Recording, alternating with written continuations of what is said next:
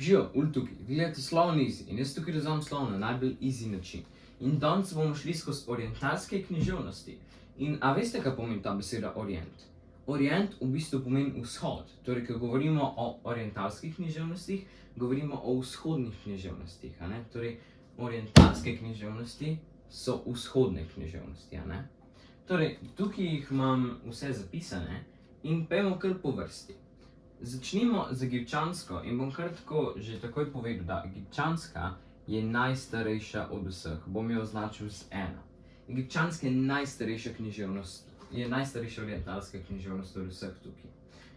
Veste, kjer je pa najmlajša? Ne, to bom pa pol kasneje povedal. Pojdimo lepo po vrsti. Torej, prva oziroma najstarejša orientalska književnost je egipčanska. Potem tukaj druga, ki imam zapisana, je babilonsko-asirska književnost. Potem imam perzijsko književnost, imamo arabsko književnost, japonsko, kitajsko, indijsko in staro judovsko književnost. To so v bistvu pač, tukaj so vse orientalske književnosti. Torej, koliko je vse skupaj? 1, 2, 3, 4, 5, 6, 7, 8. Torej, vse skupaj je 8 orientalskih književnosti. Najstarejša orientalska književnost je egipčanska, najmlajša je pa japonska. Zdaj ga bom označil kar z 8. Torej, egipčanska je najstarejša, najmlajša je pa japonska. Torej, imamo egipčansko, babilonsko, sirsko, perzijsko, arabsko, japonsko, kitajsko, indijsko in staro judovsko književnost. Najmlajša je japonska, kar pomeni, da se je v bistvu najkasneje razvila.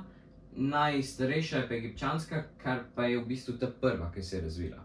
In to je to za filmček, pojdimo še na hiter še na enkrat čez, ne? Torej, začnemo z egipčansko, ki je najstarejša, potem imamo babilonsko, sirsko, imamo perzijsko, arabsko, kitajsko, indijsko, staro judovsko književnost.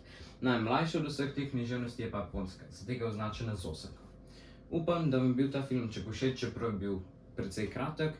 In če vam je bil všeč, bi mi ful pomenil, če bi ga všečkali, ali pa če bi se spodaj naročili na YouTube kanal Sloven Easy, ker je čist brezplačno in meni ful pomaga. To je to za ta filmček, imejte se fajn in adijo.